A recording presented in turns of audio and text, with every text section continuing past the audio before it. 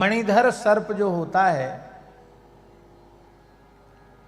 ऐसा हमने सुना है कि जब नाग जाति के सर्प की 1000 वर्ष की आयु हो जाती है तब उसमें मणि प्रकट हो जाती है। कितने वर्ष की आयु? 1000 साल पुराना नाग हो तब मणि प्रकट होती है, वो मणिधर हो जाता है। मणि को अपने भीतर रखता है तालू में, और वो वृद्ध हो जाता है, चलने फिरने में थोड़ा अपने आहार को जुटाने में अक्षम जैसा हो जाता है। तब रात्रि को के अंधकार में वह घास के बीच में आता है और अपने मुंह से मणि को उगल कर रख देता है।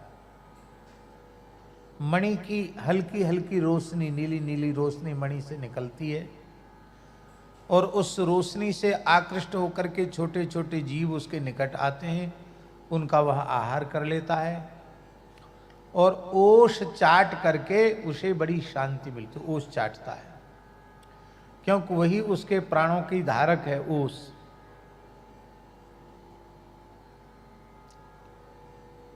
ओष चाटता है और जैसे यहां मणि रखी है तो थोड़ी दूर वहां तक भी चला जाता है, पर उसको कबहू चाटे कबहू मणि चितवे। चाटता है पर उसकी स्मृति, उसका ध्यान मणि पर बना रहता है।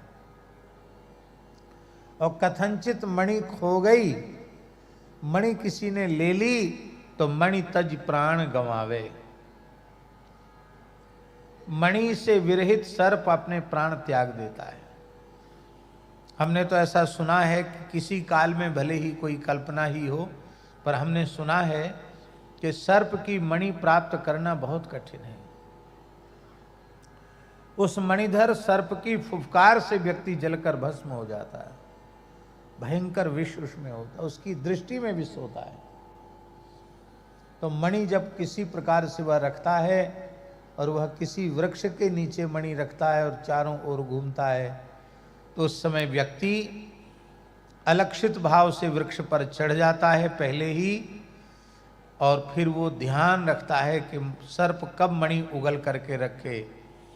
और जैसे ही मणि वो रखता है, सर्प थोड़ा इधर उधर हुआ कि तत्काल एक लोहे का बहुत वजनदार एक कटोरा जैसा होता, उसके ऊपर कुंडी होती है, बहुत वजनदार एक पात्र जैसा होता है, उसमें तीखे तीखे लोहे के कांटे होते हैं, सूजा होते हैं बड़े बड़े, उसको पटक देता है उसके ऊपर, मणि के ऊपर।